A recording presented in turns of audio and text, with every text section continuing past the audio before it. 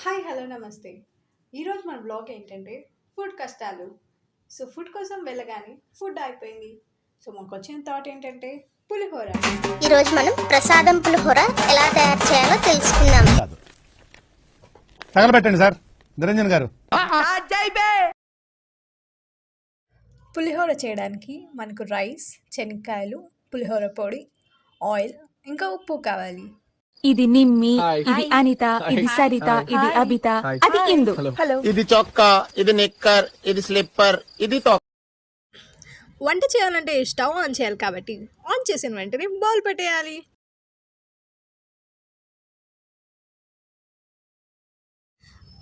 వెంటనే ఆయిల్ వేయాలి. ఆయిల్ చిటపట అవ్వగానే ఆనియన్స్ వేసేయాలి. వేసిన తర్వాత అలా ఇలా తిప్పేయాలి. Here comes the main ingredient, pulihora పొడి.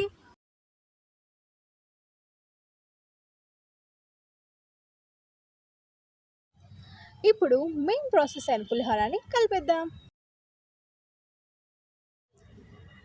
ఫుడ్ సూపర్ కాబట్టి ప్లేట్స్ అన్ని ఎంటీ. మరిన్ని ముచ్చట్ల కోసం వెంటనే ఫాలో అయిపోండి అమ్మాయి ముచ్చట్లు.